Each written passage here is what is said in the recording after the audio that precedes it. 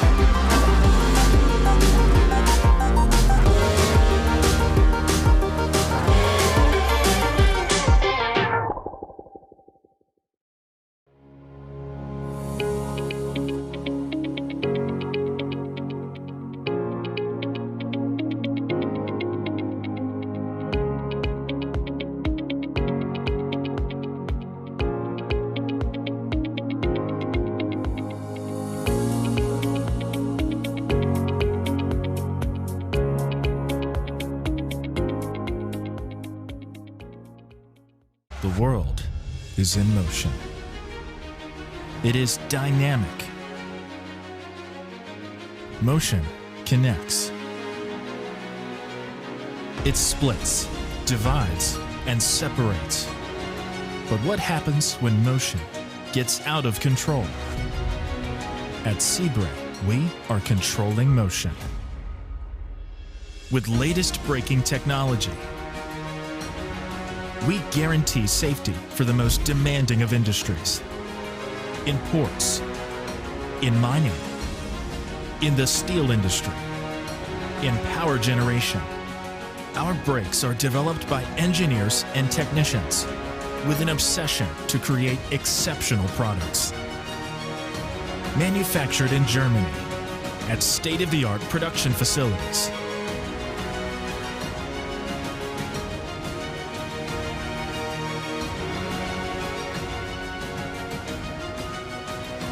Independently inspected on purpose-built testing equipment, combined with a global presence to ensure safety wherever it is needed.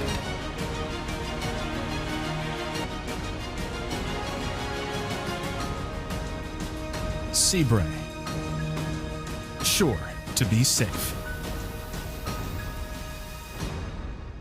Rail logistics. We got this. As a company leading the transformation of logistics in Europe, we're not only about moving goods, but also about challenging our mindsets to redefine the role of rail logistics. This is a new era, an era far beyond locomotives, wagons, and borders.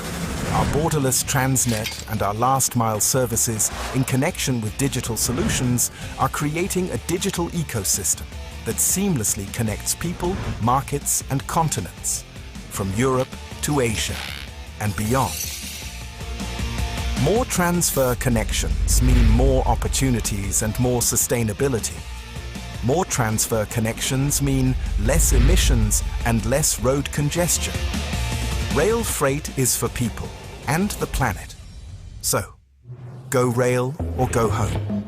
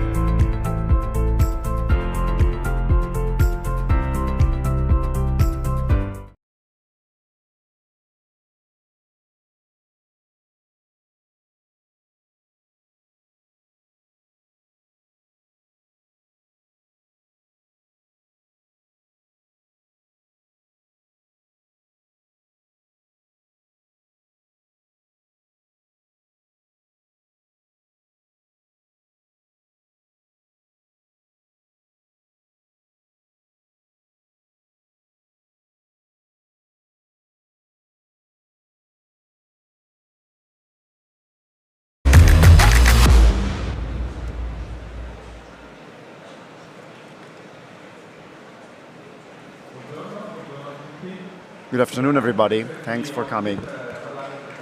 Thanks for coming to talk about steel and carbon market. Today we are going to celebrate here the 50th edition of Mercato Dintorni. This format was created by Web in 2020, and since then it became a permanent appointment in order to talk about steel and carbon market and to talk with the stakeholders of the sector. The first edition was held in 2020 and the focus was on the market and its surrounding.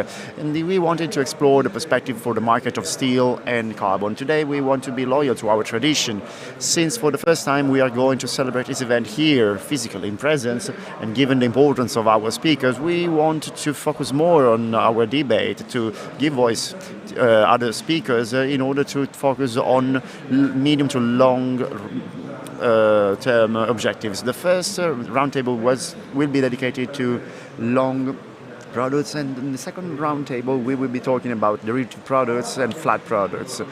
We are going to start with the first roundtable. I will invite on the stage Alessandro Banzato, President of Acciaierie Venete, and Giuseppe Pasini, President of Feralpi.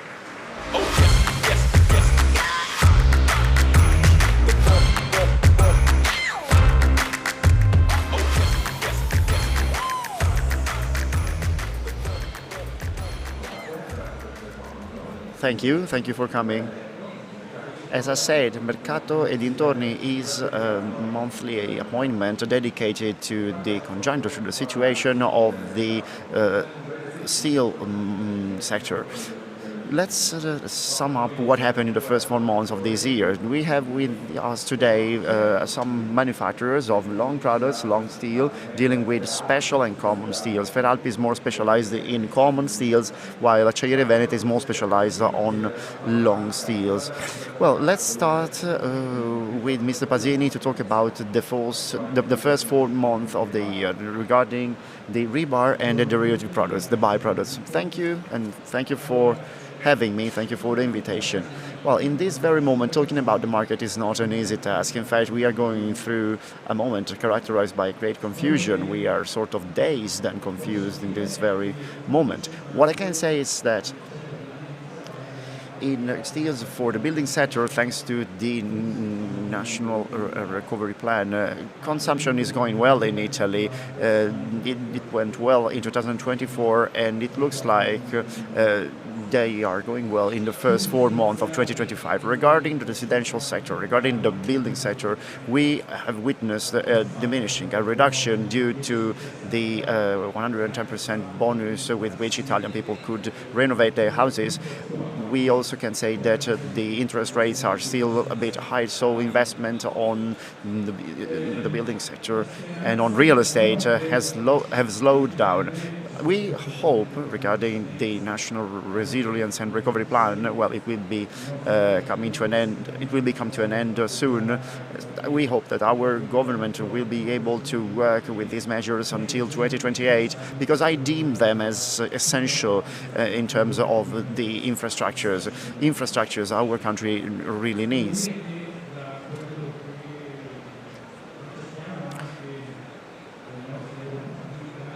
As for our MEPs are saying, we are noticing that there are good chances for this to happen, especially in a moment in time characterized by complexity. In Europe, we are witnessing a high degree of complexity, and especially we have to notice the slowdown in the German economy in the past 2 years. Regarding European consumption, Eurofair for 2025 forecasts a slight stabilization in the first month of the year and a slight increase in the second half of the year.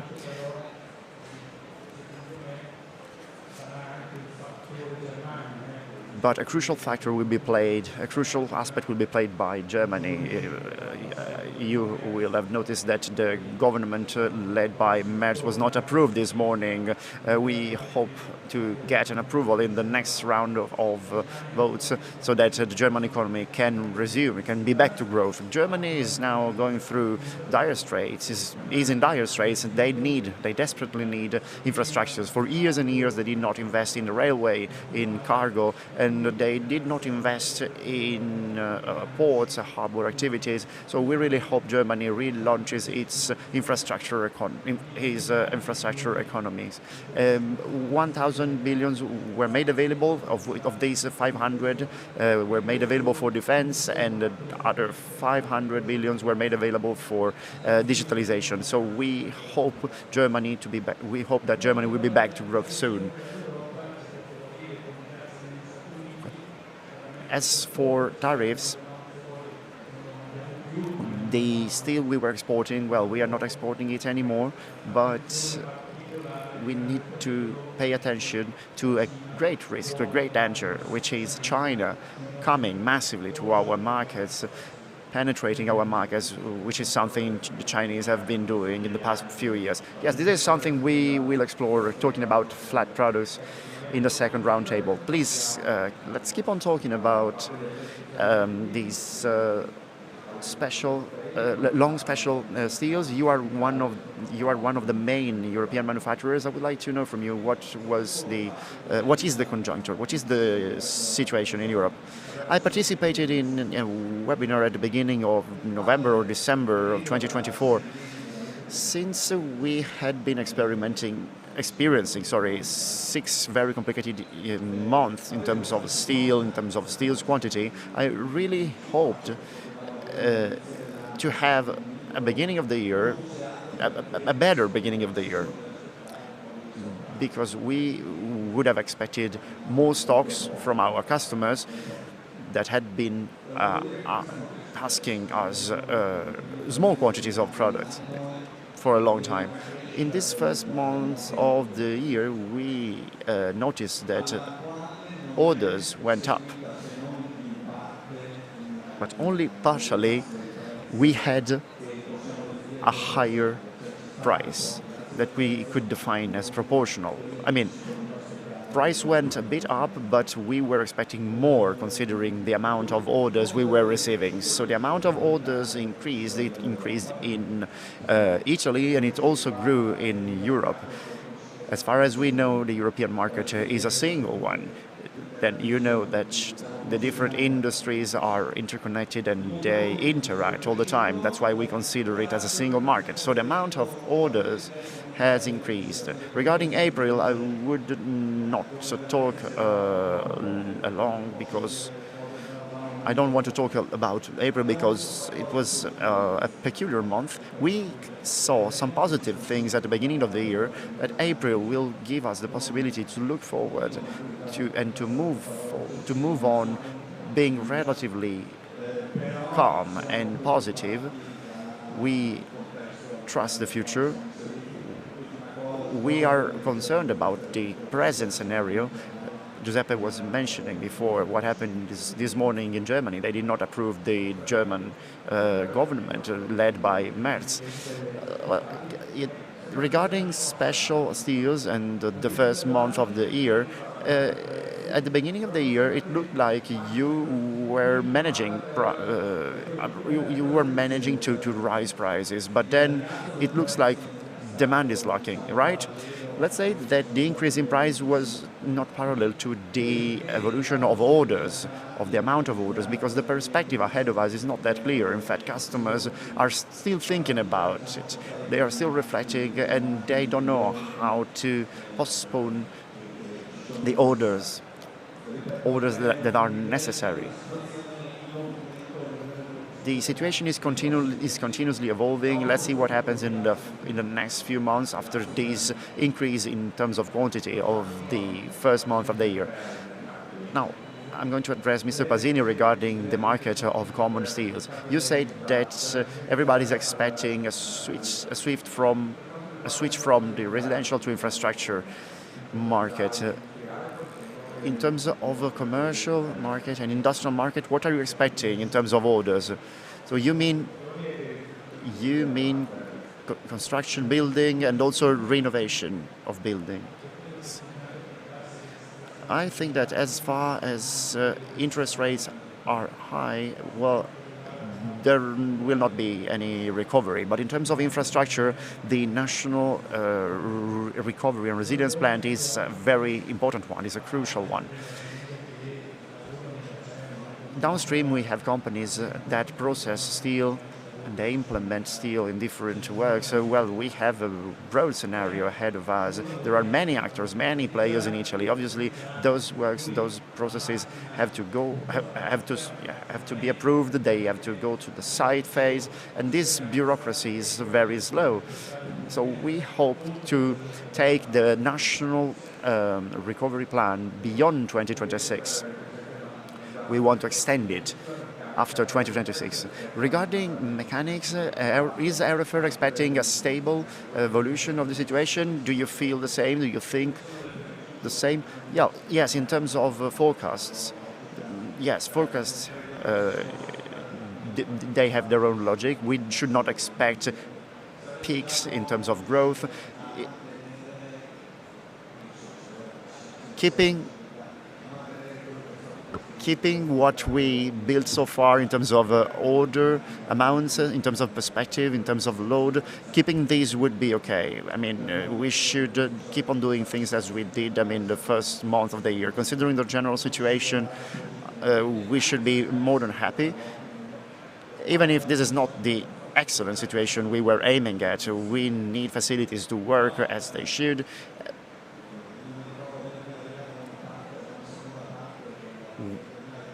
After the second half of 2024, the total amount of orders was really low. That's why we need to be happy now, because we took a giant step forward.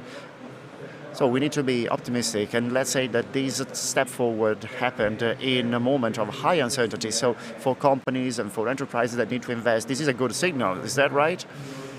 Yes, the fact they can keep their order amount in times of uncertainty. Yes, we need to talk about investments, and we also need to talk about facilities. If we want facilities to work well, we need to work with a certain amount of orders, at least for 3 months, because otherwise, if we work with orders in less than 4 months, we cannot make sure that our facilities work in a decent way. Well, this also has consequences on costs. The situation is sufficient, let's say, is more or less okay, is much better than what we had at the end of the last year, of 2024. We are now seeing good signals of recovery, and we hope to be better at the end of the year, of the present year. Okay, let's now look beyond 2025. Europe established a target for 2050, which is carbon neutral for the steel making. Steel making needs to be carbon neutral. Many documents have been drafted, many reports have been written. The most important one is the European Steel Action Plan. This plan is made of 7 pillars for the relaunch of metal and steel industry in Europe. With President Banzato, I would like to focus on UDS, which is very important for many Italian companies. So here we need to talk about energy, and the plan contains so many measures like cost reduction, acceleration of electrification, and improving of energy efficiency. How do you assess these points, and how do you assess the European energy policy, considering what President Gozzi said, the MEP Gozzi said this morning? He made a lot of criticism about this. Well, I was not here this morning when Mr. Gozzi took the floor, but we meet very often. And sometimes we agree with each other. I mean, this is the general approach. We need to deal with so many different topics.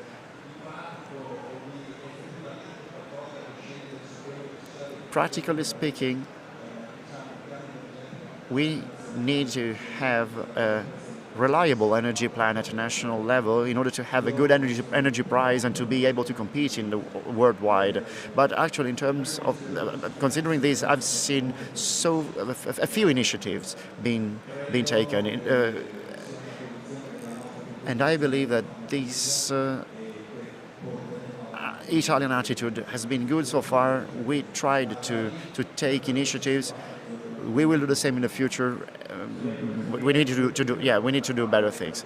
Could you please mention the top 3 things to be done? Well, first things first, we need to work on something that allows us to decarbonize the economy. We need to go beyond the decarbonization strategy, because we notice that decarbonization is not enough and is not always feasible. after that, we need to decarb, as I said, but we need to have electricity. Sorry, we need to pay electricity at the right price. Giuseppe has mentioned some things related to European and world markets. Well, one of the main cost factors for us is electricity, okay? So either the system allows us to compete with those costs, or we're going to perish. It will be very difficult to us to keep on working on these markets at European level too. Yes, because there are significant cost differences between Italy, Spain, Germany and France. Yes, just take a look, for example, at the average energy price in Italy and compare it with the ones they have in France, in Germany, and so on and so forth. Okay, further point of the steel action plan is related to raw materials. I would like to address Mr. Pasini now. This is the pillar related to the circular economy. This pillar is based on 3 points. The first one is the increase of the internal demand of metals and recycling products. Italy is okay with that. Then scraps abroad, and also the regulation regarding circular economy. How do we assess this pillar, and what should we do right away? Regarding the action plan, I can say that these measures are not enough. They are short-sighted. We should not just identify the problems. Entrepreneurs are used to identify problems and try to solve them with their own collaborators and partners. So problems have been identified, but the problem is that European community is not able to take a further step. We are not able to go beyond, and yet, in terms of Italian government, in terms of Eurofair, we took initiatives in terms of energy, for example, as Alessandro was saying, and we also took steps forward in terms of raw materials. On top of that, President Gozzi and President Asofem largely talked about this, but the concept is clear. I mean, the idea is crystal clear to me. If you want to do the green steel in Europe, then we need to have a green certification. We need to have the right products, a green product. In fact, iron scrap is our raw material, is our mine. Iron scrap needs to be inside our continent. 18 million tons leaving Northern Europe, and the 60% goes to Turkey, the 20% goes to India, and the rest goes to other countries of Asia, in Vietnam. This is not good for us. And on top of that, why are we kicking out millions and millions of tons of scrap with ships going back and forth? Is this pollution or isn't this pollution? I think it is, yes. So in terms of, as Federacciai, we took a position. In the action plan, something was included, but this is a fully Italian battle. This is a fully Italian challenge, because German manufacturers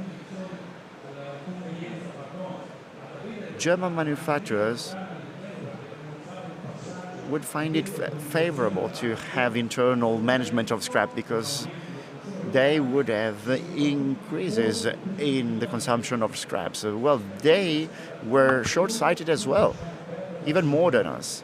So we cannot miss this opportunity. We cannot miss this battle.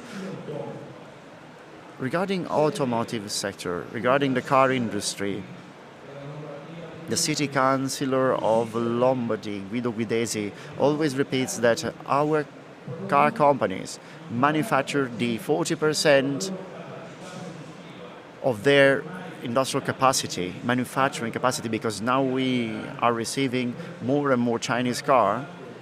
And this is a matter of fact. Chinese cars are being imported with much lower prices compared to our cars. So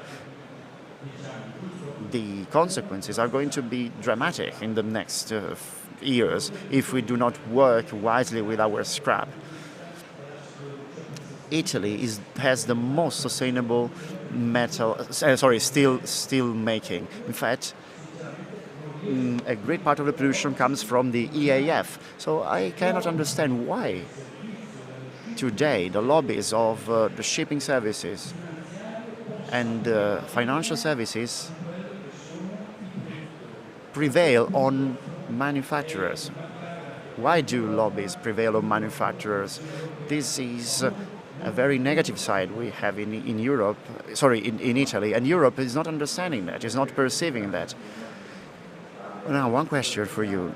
We are going to go through a transition, so we will have a surplus in terms of scrap being exported. How would you use these surplus of scrap? No, there is no over manufacturing. Somebody said that, but it is not true. Italy imports 6 million tons from Europe. About 6 tons from Europe, but this is not. That thing you said is not true. This scrap has to be kept here in our country. It cannot leave our country, because in that case, if the production out of iron scrap increases and in the same time the consequences diminish due to the car industry performance, well, this equation doesn't work.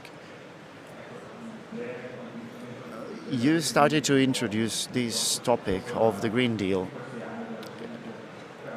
And the Green Deal is a common thing in terms of metal and steelworking. Considering this from outside, it looks like in Europe there was a strong acceleration towards the Green Deal with the first presidency with Ursula von der Leyen, while now, on the other hand, the general atmosphere regarding the Green Deal is quite different.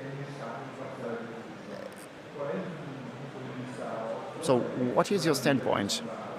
What do you think about it as industrial players? Well, the direction does not change. This is what we hear from our European MPs. The fact that still today the head of the Commission is Mrs. von der Leyen is a proof fact that the direction of the Green Deal is not going to change. The wind is changing, however.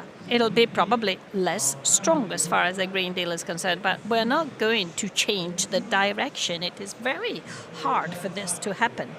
The mere action plan proves that certain requests are slowly being accepted. These are coming from the manufacturing system, which is the basis for Europe. We're moving towards a Europe that focuses on services, finance, see the ETS, for instance, and less focused on what has always been our roots, our values, the manufacturing system that has created in Germany, France, Italy, and Spain, Poland, the wealth we know today. So we have to realize that this direction is going to change. It is very difficult that there will be a change. As president of Congiuntura Lombardy, I have also met some commissioners, and I have to say that also the commissioners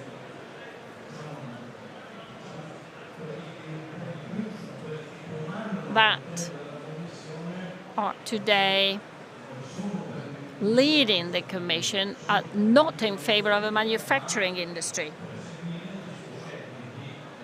They're more in favor of the Green Deal. So the target is not going to change, but we really do hope that the wind will be less strong and we will move a little bit more slowly. Same question for Mr. Gonzato. Okay, I agree on the fact that the direction won't change. Maybe the modalities will change. So in the steel industry, how is this change in the wind going to work? Well, I also agree on the fact that the direction won't be changed. There's no debate about that. We are moving towards the Green Deal. That's a direction, and rightly so. Nobody's going to question that. I also believe, however, that the timing will be somewhat adjusted.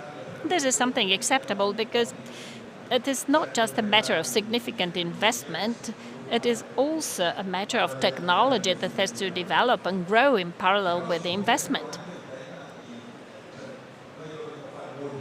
So we need to invest a lot to be able to keep up with the requirements of carbon neutrality. And however, the market also has to accept that.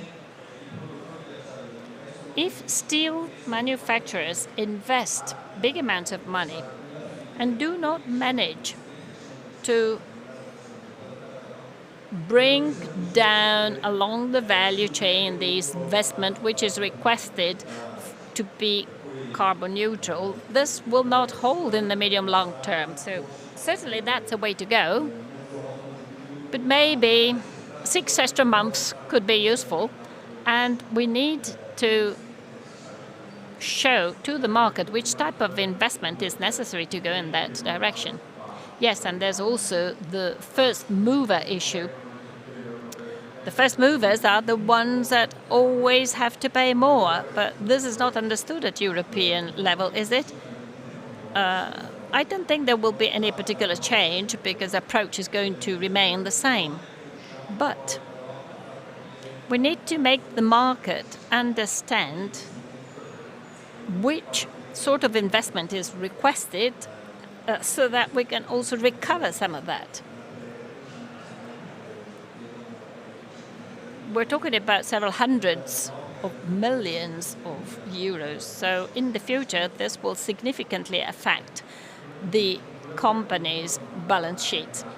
Before concluding, I would like to ask a question to both of you, also since you have a story as president or chairman of Federacciai. Well, we have gone through 5 extraordinary years. Every year has been extraordinary. In every year, we have had some sort of event that was totally unpredictable, and that significantly changed the market. You know this industry very well. You know very well the people working in this industry. So in your opinion, in these 5 years, can you describe the state of health of the Italian steel, and what are you expecting for the next 5 years? Well, starting from my experience as a president of the Federation, which was a wonderful experience, it was great experience, great education, great training for myself as a human person. I have known Giuseppe for 40 years now, and I've known the other colleagues also for many, many years, and we have an amazing relationship that allows us to tackle challenges that are really important. I mean, take the pandemics, for instance. That was a particularly demanding moment. Anyhow, this gave me the opportunity of getting to know even better the features and characteristics of the Italian steel entrepreneurs. They never give up. They're able to compete everywhere in the world, everywhere. There's no area in the world in which the Italian steel entrepreneur did not manage to get to. Even though we have some extra constraints compared to our European colleagues, let alone the rest of the world. So I'm absolutely convinced that also right now, and we're all experiencing a complex moment with multiple issues, I am convinced that our strength, our preparation, our technology will certainly be of help and will allow us to come out successfully also from this complicated moment. I would like to ask the very same question to President Pasini. So state of health in general, but specifically for long products, which are your reference sector. A sector in which we are extremely competitive, but which is actually linked to a certain scope of export. Well, markets have become increasingly more regionalized.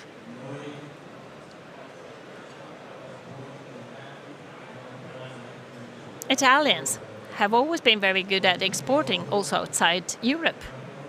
Today, unfortunately, we're no longer competitive because our costs for raw materials, for energy and scrap affect our final cost so much independently of our capabilities. And we're no longer able to reach markets outside Europe. In the Mediterranean area, Turkey is the leader, also in the Emirates. So markets are becoming increasingly more regionalized. This means that our true market is Europe. This is our true market. Steel consumption amounts to approximately 160, 170 million tons. We have to defend our market. We know that we are squashed between two superpowers, the United States on one hand and China on the other. China is going into overcapacity, so a lot of their products will come and knock on our doors, and we need laws and skills. In other words, we have to invest on our green economy, and we must defend ourselves. Italians have proven that apart from the cost of energy, the Italian steel industry is still the one that is doing best. Many big companies are closing down in Germany. Some are laying off many people. We are still here. We are holding our position, and we have excellent entrepreneurs, excellent employees, an excellent labor force that others do not have. And we have to thank all the people working in our companies, in other words. Thank you. Thank you very much, Presidents Pasini and Banzato, for your time and for sharing all your ideas with us. Let's now move on to panel number 2 with a roundtable dedicated to flat products and derivatives, tubes and heavy plate. I would like to invite Andrea Gabrielli, President of the Gabrielli Group, Gianfranco Imperato, CEO of Trusteel, and Pierluigi Pegorari, CEO of Arbedi Tubi Acciaio, to join me on stage.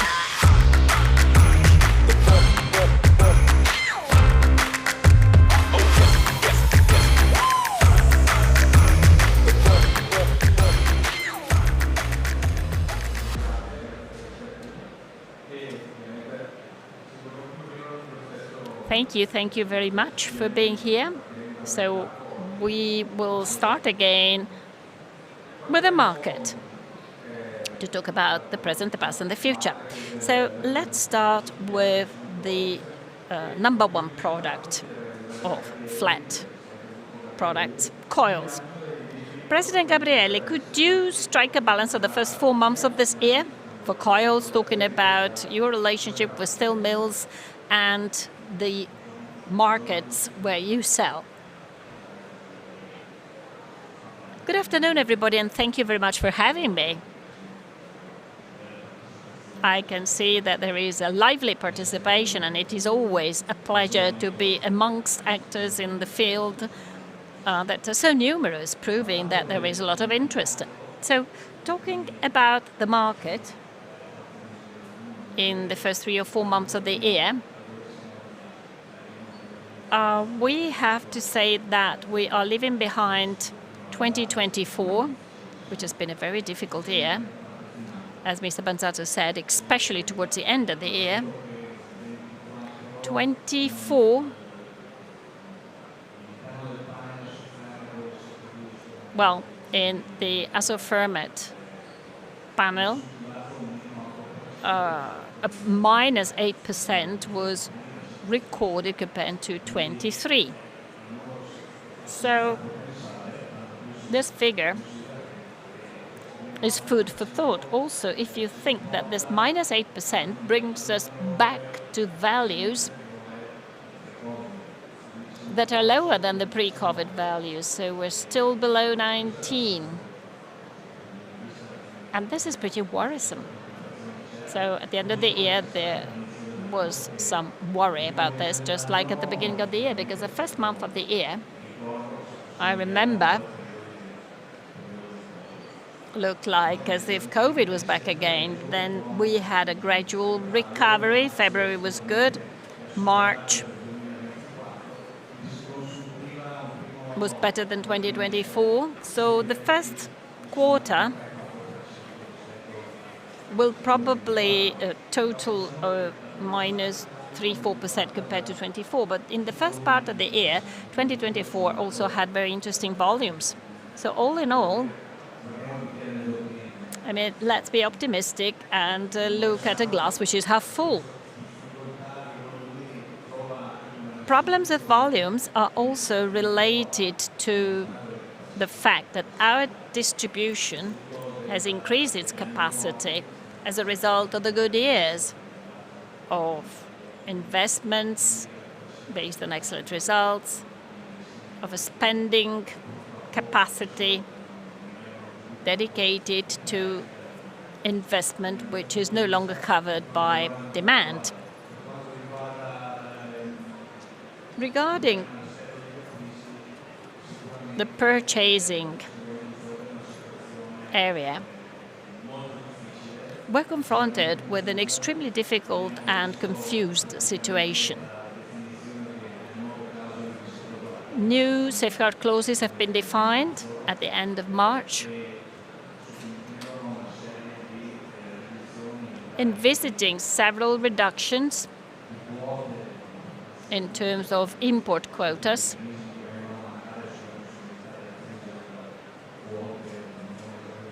So, all in all, this is going to cause some difficulties regarding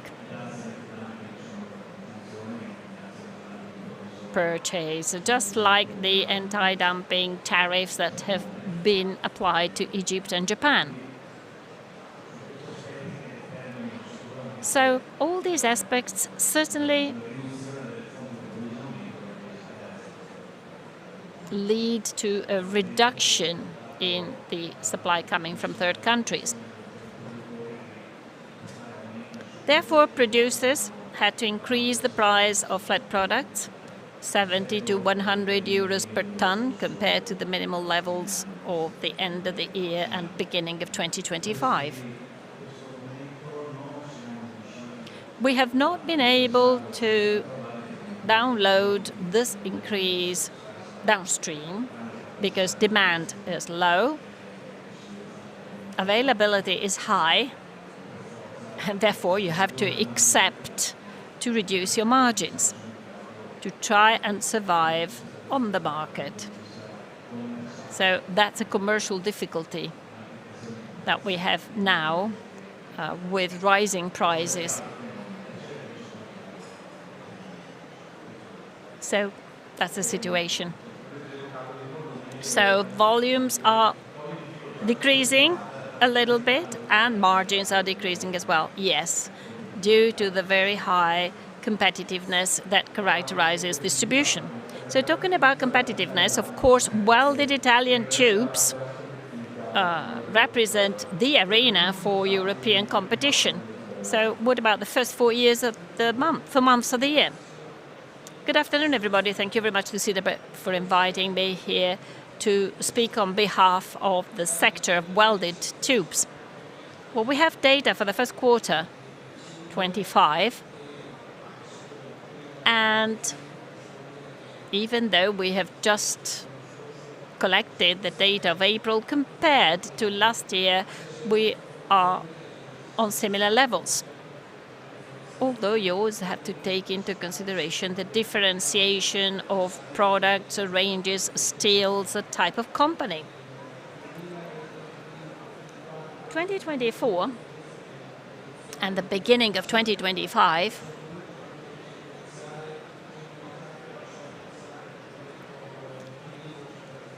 are characterized by a market which is in balance with the first quarter of the previous year. Import has increased by 4%. This is a quarterly data.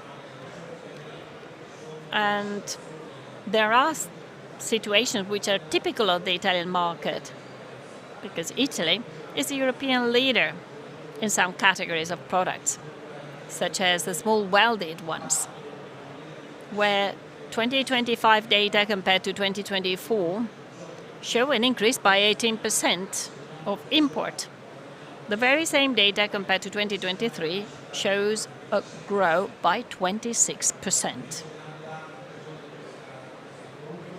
Looking at the data in preparation for this meeting, I would like to mention the hard welded that have scored -5 this year compared to 24. But if you compare this with 2023, there is a growth by 50%. 50% is a significant amount of growth, proving the fact that, and we've heard this from the previous presidents, and this is also significant for our industry, infrastructures, a certain range of products only comes from import. In our industry, well, we know that in June 26, the safeguard measures will be over. And these measures have caused a distortion in our market. Both tubes and coils have been characterized by stockpiling. Foreign manufacturers are accumulating huge quantities in the harbors, and they're waiting for the quota to start releasing some products. So this means, I mean, this is nothing new, but the proportion of this is amazing considering the fact that the market is not at its best. And there is a distortion affecting the whole distribution chain. And as far as we are concerned, this also affects production with a significant impact. Our category associations are working hard to renew the safeguard measures. And it is my own personal opinion that time is faster than we are. Time is faster than the measures that are being adopted. So very quickly, let me hint to this situation. Our company has abandoned programs aiming at growing volumes to concentrate our efforts on our downstream within the group, promoting our special steel offer, starting from our group steel mill. Thank you. Right, the last two products in the world of flat steels. So my question is to Gianfranco Imperato Trasteel. Could you please provide us with an overview about slabs, the international industry of slabs? Yes. Good afternoon, everybody. I would like to start with sheet because it is a little bit easier. Sheet has shown a similar dynamic than coils. In 2024, we had a horrible situation, -6-7% European consumption, less than 10 million tons, and an import share of 22%, and margins for all rolling mills declining because of the simultaneous difficulty in obtaining slabs. However, notwithstanding this situation, our industry has survived, as my predecessors just told you. And we have witnessed a certain recovery in consumption and prices towards the end of the year, a limited recovery, 7-8% until March. April this year should have been renamed as August because we worked only 10 days out of 30. There was some sort of correction in April, but the price of sheet compared to October has increased by 5-6%. Slabs are a very peculiar product. There are very few flows. They're all well defined all over the world. And due to the war in Ukraine, 2 of these flows have been discontinued. Russia and Ukraine have seen their flows being cut down significantly.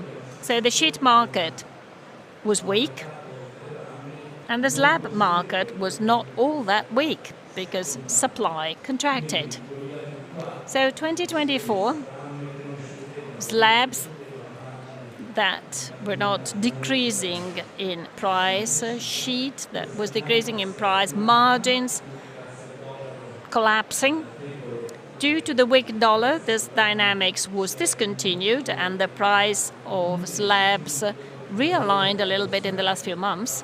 And the spread between slab and sheet, which is a compass for rolling mills, has moved back towards normality with a plus 20 euro in the last 2 months, so that an efficient re-rolling premise can today achieve a margin which is not fantastic but is almost regular.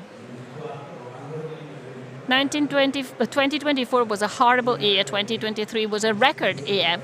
So we should be able to make our accounts every 2 years, and we could average this kind of situation. Anyhow, this is the situation for slabs and sheet, which is similar to the one that we've just heard about for coils. Okay, with Mr. Gabrielli, we have studied the first 4 months. What do you think about the rest of the year, and especially in terms of sectors, in terms of users, where do you think you will see the best performance? Okay. Now we find ourselves in a period of strong uncertainty, of high uncertainty. When we talk to our customers, we perceive that, generally speaking, the downstream market is still alive, but is very much concerned. Everybody's worried. Our customers, I don't know if they don't want to express their opinion. I don't want if they are overwhelmed by their job, but they are expressing a strong despair. And to us, well, unlike what I was listening before, what Mr. Banzato said, the fact that he needs to schedule things with 3 months in advance. We are now working with 3 or 4 days in advance. We are working with a very short advances, so everybody is anxious now, everybody is concerned.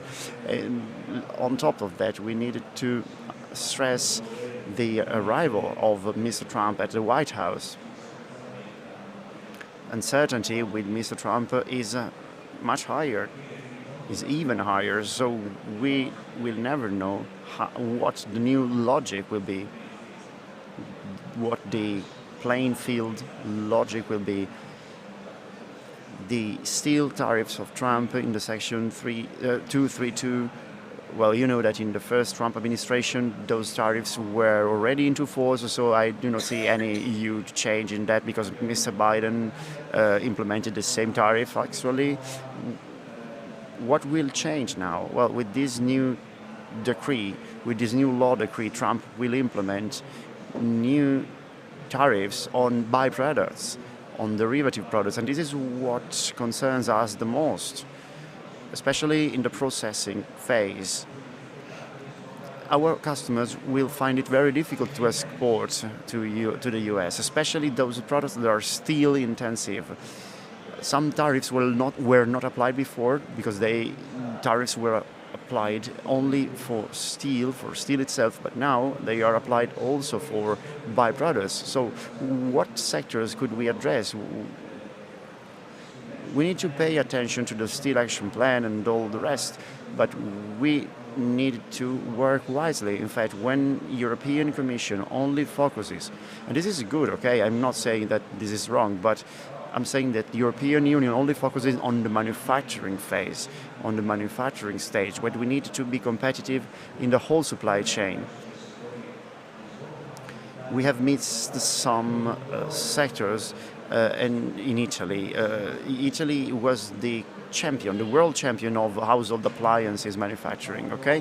More than the 80% or the 60%, sorry, of household appliances were manufactured in Europe. But this sector has just disappeared in our country. Now many household appliances are produced in the eastern countries. The Beko acquired the last shares of Whirlpool, so this will cause a new structure. So I'm wondering to which extent we will be able to keep our industrial production high and strong. I don't know to which extent we will be able to buy Italian products, Italian manufacturing. I mean, this market is a regional one, so we need to interpret this thing at a European level. Distribution works until 500 to 600 kilometers, otherwise transportation costs will kill you. So we need to keep our national manufacturing very strong and very steady. And considering the car sector, the car industry, this is a further industry in which we are losing money. And we can witness that day after day and month after month. We are losing in terms of productivity. In the tier one, in terms of components, we are European excellence. We represent European excellence. So we have this kind of productivity. So processing players working in the car industry will find it very difficult when it comes to export products to the US.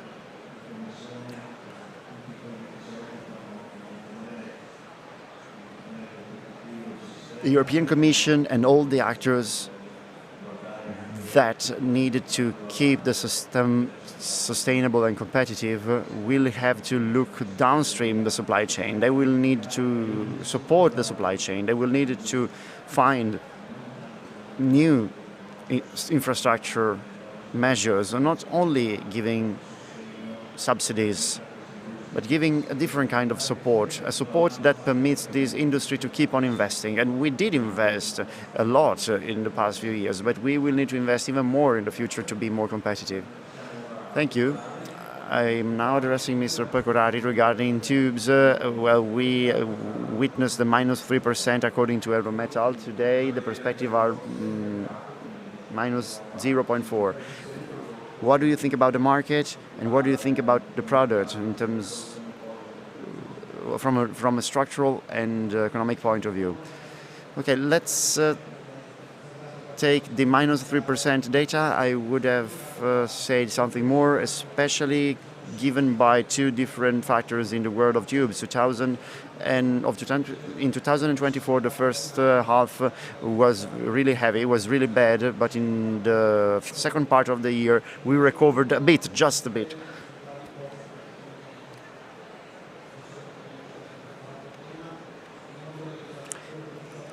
Infrastructures and everything related to the national plan for resilience and recovery, well, this national recovery and resilience plan is supporting a lot the world of infrastructure.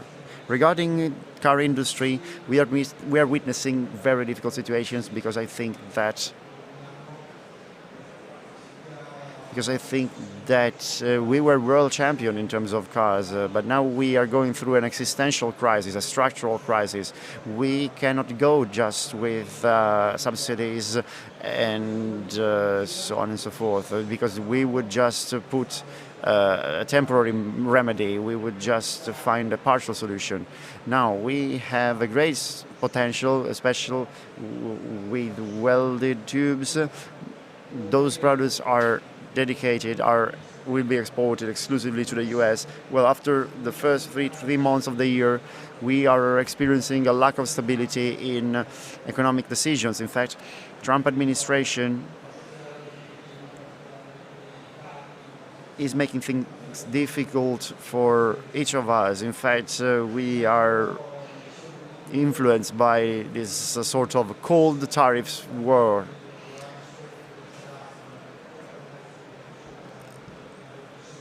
talking about tariffs, war is really bad. I don't like this terminology.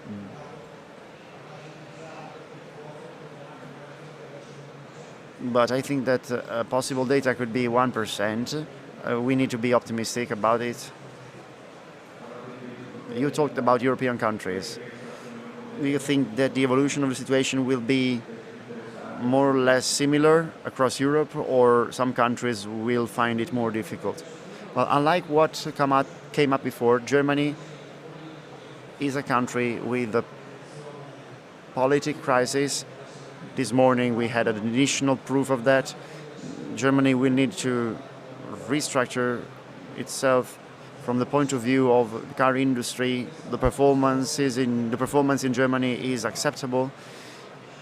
Now, I'm not going to talk into detail regarding every country, even though Eastern Europe is a geographical area that is characterized by a growing number of local manufacturers, and they want to be very active. They are very active. The rest of Europe is actually fading away. Okay, let's talk with Gianfranco Imperato. What are you expecting regarding slabs and sheets? Well, I'm moderately optimistic regarding this. I think that things could not be worse than what they are. After we learned that steel is characterized by cycles, well, we should know that after a negative cycle, either there will be the end of the world, or we will have a positive one, a positive cycle. Regarding sheets, after some months of slight recovery, slight increase, we witnessed a 35% hit in Germany. Well, Germany was very much affected by this minus 35%, but they are recovering now. Now infrastructures should take measures to safeguard themselves. Regarding sheets, those measures are showing now the first signals of impact. Well, I think that for the rest of the year, for the second part of the year, we could be more optimistic because some good signals will appear. Regarding our market, we were taught that there is no slight improvement. Either we improve with 10 euros per ton or we will not be successful. Unfortunately, well, I do not want to sound offensive. We act as a herd of sheep, so we always run behind. We always chase the other actors. So when price goes down, everybody sells, and when price goes up, when price goes down, everybody buys, and when price goes up, everybody sells. So we should find a truce in Ukraine, and once someone will manage to do that, prices will go up for sure. Prices will rise up to the stars. In terms of order portfolio in our companies, when it comes to sheets, tubes, and also in our trading company, well, this portfolio of products is nothing but empty. So we have many products. That's why we are witnessing a strange dynamic according to which we have a good order amount, but we cannot generate price increases due to the lack of certainty, due to the difficult times we are going through. So this potential recovery in prices will influence stakeholders and players with a sufficient order amount. That's why, considering my role, I'm an optimistic man, and we should also be optimistic. Yes, you said that we act as a herd and everybody does what the others do, and so as you are optimistic, the others should be as optimistic as you. Now, let's talk to President Gabrielli. Italy is always lacking coils. We have never manufactured so many coils. We are a net importer of coils, and yet we have two manufacturing sites, and situation is changing at Ilva and at Piombino. In fact, announcements were made regarding coil manufacturing in Italy. What are you expecting from this? And in your opinion, what could be the timing? What timing could we have to witness a real change in this field? Yes, I would like to connect with what was said, because I do not want to sound too pessimistic, because I'm a supporter of a team that will go to a lower division, to a lower league, sorry. But if I have to take a look at numbers, I know that they are negative ones, but they are figures taken out of a panel. They do not reflect the whole reality of Gabriele Group. In fact, in 2024, we had, generally speaking, a positive result. So we need to be optimistic as well. I can't always sound as a pessimistic man. So Italy has always lacked production of coils. Yes, this is true today, but in the past it was not like that. In fact, when Ilva manufactured 9 to 10 million stones, we had plenty of coils, okay? And we have always been an importing countries, but both things could go hand in hand. It meant that the downstream economy was really good, was really strong. Industry was consuming a lot of products. There was a good demand, a high demand, and we were coming from 2 or 3 months of negative results. That's why we should be worried about it. In Italy, and I usually describe the Italian situation because this is the one I know the best, and everybody talks about distribution. Then we also need to focus on tubes. I usually travel to Morocco or Mexico to deal with car components, but talking about the core business of our group, we need to focus on our country. And considering this aspect, considering Italy, I need to repeat what I said before, which is related to the way we maintain a supply chain that is fundamental to our country. About Ilva. Ilva is dramatically different from the past. Last year, Ilva was out of the market. It was not a relevant player anymore. Ilva could not provide coils anymore. Now we need to be optimistic. We need to take a different standpoint. There could be a possible ramp up of this company. This company could revamp. But you don't hear anything about Ilva for months, and then all of a sudden you see that something is going on, but the dynamic is not the right one. I mean, there is not a steady recovery of Ilva. Ilva is not that present that it was before in the past. We wish that Ilva comes back to grow. Metinvest Adria is a further element, is a further player. These news should be taken into account. It will be operative on the market at the end of 2028 and at the beginning of 2029. Let's see how things will be in that period. We are talking about 3 years' time, but it will be a very intensive period in terms of news, in terms of novelties. That's why we should monitor all the things, okay? This new actor will take actions in consolidated economy. Scrap. Well, actually, I do not usually work with scraps, but for sure, scrap will be very important for this new player that works with green products. Considering the dynamics of decarbonization, it will be a paramount actor. It will be a paramount player and a new source for provision. And that's why we should always be interested in that. And in terms of regionalization, we are very interesting. We need to be interested in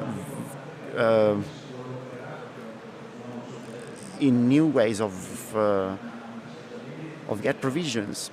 We need to find new and closer places. The products are valid. The products are very good. But regarding distribution, we need to respect the different roles. If you are a newcomer, then you need to know that the Italian market is not the typical market of a developing country. That's why roles have to be respected, different positions have to be respected too, and all the practical things of this new reality. Everyone should look with interest at these new possibilities, because these new possibilities reflect the green requirements of the present and of the future. President Gabrielli, you have described more than once the topic of downstream market, which is very important for the tube sector, for the tubes market. So I have two questions for you. First of all, how is it possible to protect this downstream market? And the second question is related to green products. Mr. Gabrielli has mentioned it. Green products are required in terms of production. They are requested, but then green products have to be placed on the market. How do you see that? Have you run some experiments with Lab Zero, with other products? So what are you doing now in the sector of tubes? Well, this is the $1 million question. I will try to be short. Well, for sure, in our sector, we needed to preserve usage. Actions and safeguarding maybe did not put enough attention on the downstream market for our customers. As Mr. Gabrielli mentioned, our customers need to dialogue also outside Europe. In the previous panel, it was said that Italian steel will remain in Europe, apart from some foreign markets that buy from us. So this is fundamental. Our customers that are steel intensive, let's say, will need to dialogue with international markets and with different competitors that abide to different rules. But if you have a free access, if you have free access in terms of steel usage of steel coming from Russia or coming from China, then from a commercial point of view, this mindset will not be enough. Everyone should work on the same plane. Each of us has listened about different fields, different levels. That's why we need to protect our customers. And the other wish I have is that this will be a real safeguarding, a real protection, not only red tape, not only bureaucracy, but also tools for control, tools for monitoring. Because these are real things, real problems, because without our users, without our customers, we will never get our market back.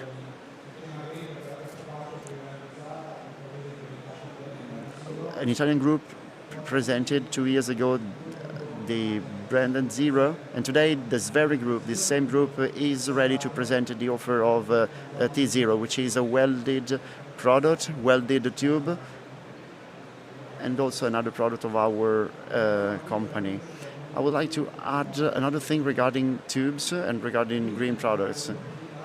Green is a huge opportunity, but if I have to be frank, it is a disappointing thing too, because from an industrial point of view, green products require and request huge economic investments, organizational investments.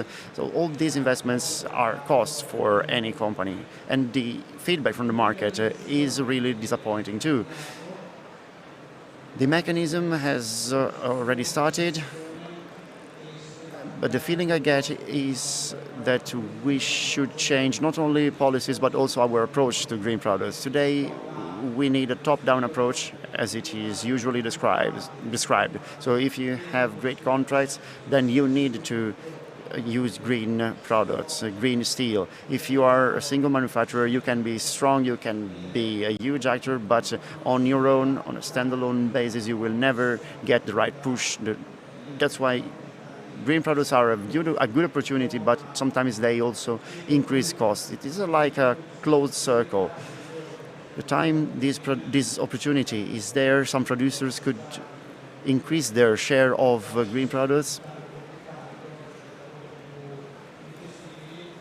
But by increasing quantities, by increasing amounts of order, we could get more resilient and more sustainable mechanisms, and we would be back to growth. Yes, this is very much related to sustainability. Sustainability has to be environmental, should be economic and also social, because otherwise if you have no sustainability, then it is very difficult to accomplish all your targets. Let's now talk to Mr. Imperato, because there is a further point here, and it is connected with the industrial capacity in Europe, and it is also related to commercial defense and actions to combat these possible distortions in the market, especially in terms of US tariffs towards aluminium and steel. What is your point of view, and what tools could we use to find the right balance between opening and closing the market? Where could we find this balance? As a citizen and as a consumer, these new tariffs all over the world, and not only regarding steel and aluminium, is really bad, and this was acknowledged by all economists except for one economist found by Mr. Trump on the web. We already had the anti-dumping tariffs, and these tariffs were used to protect the domestic production from unfair competition. But this is a right tool, and it belonged to a right world, and this tool had to be implemented considering environmental costs without inventing further tariffs like the ones Mr. Trump has implemented. These new tariffs were transformed in new forms of taxation, and they represent crazy political decisions, crazy political actions. After using the incentives in the 90s and in the 80s, incentives were a form of support for companies. Well, this attitude changed dramatically, and they became carbon taxes. Carbon taxes are hidden taxes that will be paid by consumers, by taxpayers, and these taxes will hit domestic manufacturers too. So unfortunately, we cannot be optimistic regarding this. We cannot be optimistic regarding the trend of the global economic policies.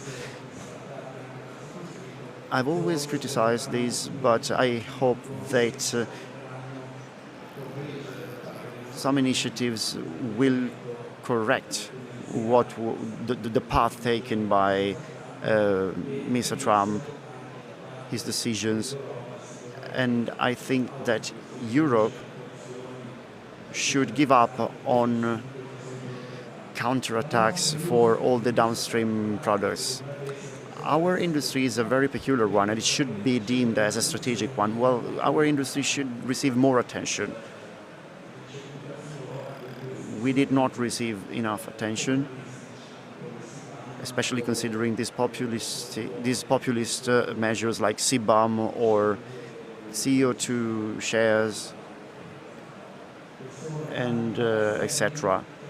These are just some elements hindering and preventing the natural international trade. Europe lost the 40% of its capacity, industrial capacity, and today we are lacking supply and demand. So all these measures will never help to decrease importation. It will just create inflation. These measures will just create further inflation. As a trader, the more confusion we have, the happier we are, because traders live on imperfect markets. So the more tariffs, the more quotas and shares they put in, the happier we are.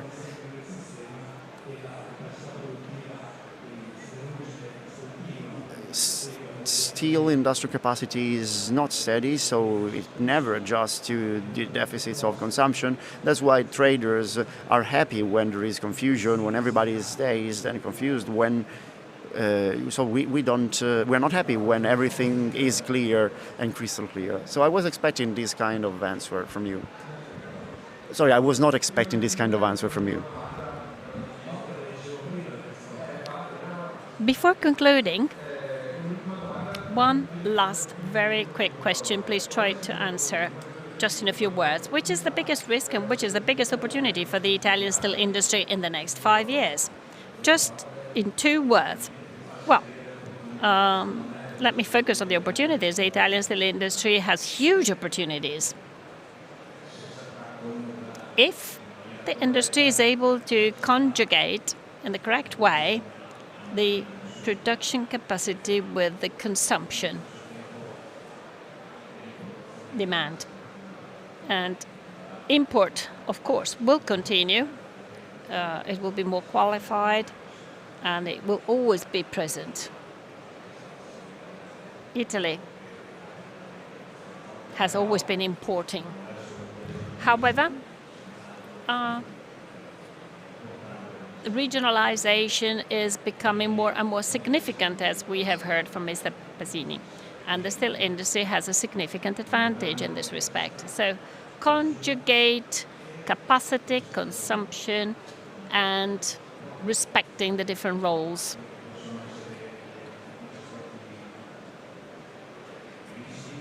Regarding possible risks, well, from my viewpoint, accelerated decarbonization can certainly lead to ascent, interrupting the mechanism.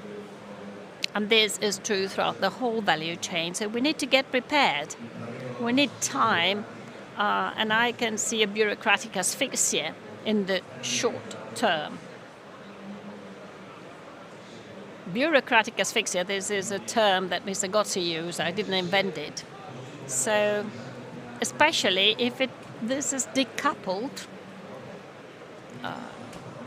from all the other areas of the world. So, a strong acceleration in decarbonization. I mean, decarbonization is the right way to go in the medium-long term. But once again, there's a big question mark. What about the competitiveness on the market? So, we cannot ask our end users to pay all of it. Same question for you, Mr. Pegorari. Well, I would like to conclude my presentation going back to the concept of confusion expressed before by Mr. Imperato. And I would like to quote Mao Zedong, stating there's a lot of confusion under the sky. The condition is excellent. So there are possibilities, and there will be possibilities also in the future. Opportunities are originated by this regionalization of the economy. The reindustrialization of Italy is a possibility, but the risks that are typical of the Italian system: energy costs, bureaucracy, red tape, and low net wages and salaries compared to companies' costs, corporate costs. So this, unfortunately, is a big problem, a big heritage that leads to an insufficient purchasing power in families that cannot sustain the economy, and companies become non-sustainable. So we're actually losing on both fronts. Thank you very much. Before closing, I would like to ask you for a few minutes of attention. Cedarweb and Regesta have been working at a common project for approximately 1 year, trying to put together AI with steel prices, with the purpose of providing one extra tool to interpret the market. I would like to invite the president of Regesta on the stage, Mr. Francesco Grumelli and Andrea Bertoglio, who have worked with us for the whole year, for a few words. You've been a partner of Cedarweb for years. You've always participated in Made in Steel. You're a technological partner, and you both this year is dedicated to AI in the business. What does this actually mean? Thank you. Thank you for giving me the floor. I will be very, very quick, since it is not the topic you were addressing here. So first of all, I would like to thank the Morandi family for hosting us. And thank you for giving us the opportunity to make an experience together with Cedarweb that Andrea will later on describe. Regesta brings information systems in the companies of your industry. Many of our customers are sitting in this room. And we focus on digitization. Think about the classical pyramid. So we start from the planning systems all the way down, management systems, IoT, production. AI has now become part of our daily activities. And in a nutshell, this is what we do. We use it to bring efficiency to the processes in companies, where today it is possible to analyze volumes, amounts of data and information, and extract information from data that were not manageable in the past. But today we can do this in real time, providing the evidence of possible inefficiencies so that we can not only look at the past and understand what went wrong in a production process, for instance, but this also allows you to assess the problem in real time and even anticipate the possibility of resolving the problem, or at least knowing that a certain piece is going to be defective, so it is pointless that I go on processing it until the end stage. This type of AI has been in use for several years, but what is new in the last 2 years is the introduction of ChatGPT. I mean, we all know about ChatGPT. I believe we all have a ChatGPT app in our telephone. We regularly use it. This technology is really powerful to safeguard the knowledge in the companies. In the past, we used to work on automation.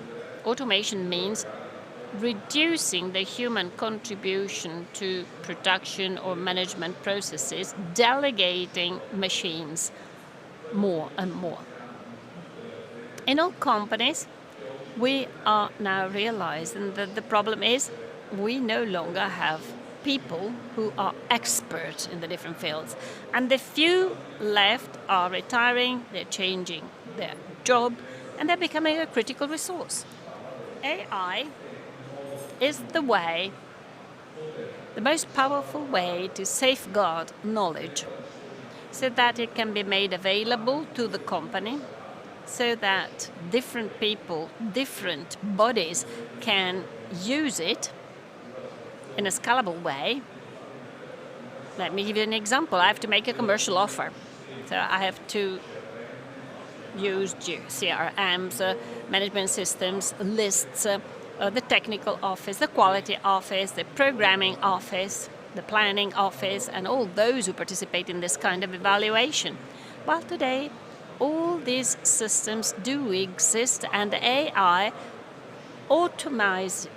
achieves the automation of all the information so that the experience of the people who've been in the company for years can be brought into the system so that it can last in time, it can be used in different languages, and it can become scalable in a growing organization.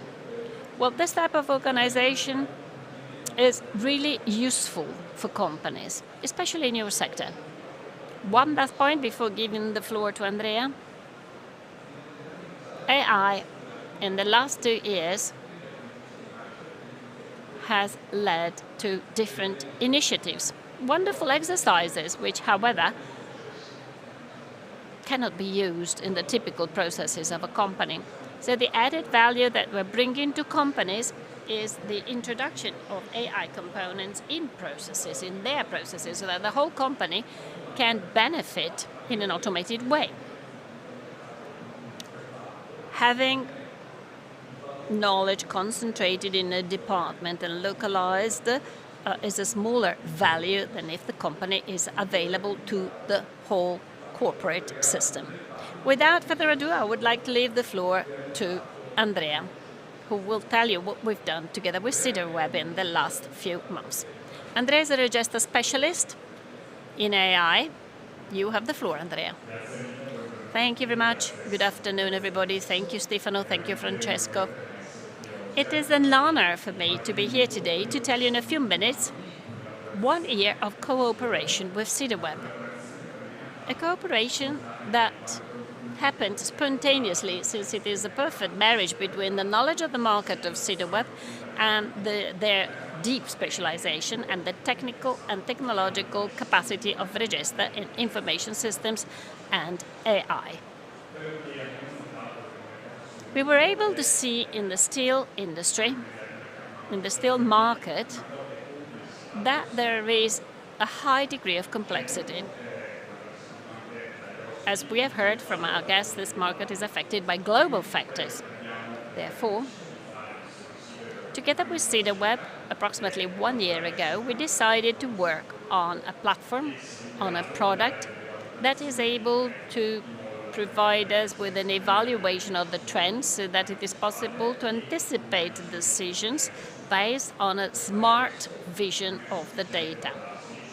So it is not enough to make use of endogenous data, our historical series, our data of the past. You must be able to integrate them in an intelligent way with all the exogenous factors, macroeconomic, social, political factors, and so on and so forth. So in the last year, we have started working initially on hot-rolled coils to put together a data lake in cloud, able to be fed by several data providers, both endogenous and exogenous ones. All these data are related one to the other. We then identify the variables that truly impact the reference market, and another scalable cloud platform is able to train, test, and validate more than 50 different models of AI, of which the best ones have been selected, the optimal ones, and during the following months we have further improved them to get to a result for the short, medium, and long term. Given the results of this first phase, we decided to move on to other two products which are strategic for the Italian market: rebar and stainless steel cold-rolled coils. So we have developed other models integrating other data and other forms of AI to obtain a set of trends for these three types of products. So this is an example, a virtuous example of the way how technology is not sufficient on its own to fill the gaps, but it must be coupled with a vision and an experience so that data can be used in an intelligent and secure way, transforming a complex business context into an opportunity, providing people with the tool that is able to give suggestions, indications, advice that will be useful to make quick decisions that are based on a certain degree of awareness. So if you believe that this can be interesting for you and for your context, then please come and visit us at CityWeb and Register booths. We will be glad to show you the concrete cases, we will be glad to talk about the challenges, and we would be glad to tell you how our platform is evolving to provide the steel industry with a turnkey instrument. Thank you very much and enjoy the fair. Thank you, Andrea. Thank you, President Brunelli. Thanks to all our panelists, and thank you very much to the audience for their attention. So we will continue in the CityWeb arena, in the Still Talking arena, in the speaker corners, and tomorrow here we will have two meetings, one in the morning, Industry Steel 2050, a strategic and prospective conference dedicated to the future of the steel industry, and in the afternoon we will have an update on the stainless steel market. Thank you very much and enjoy your evening.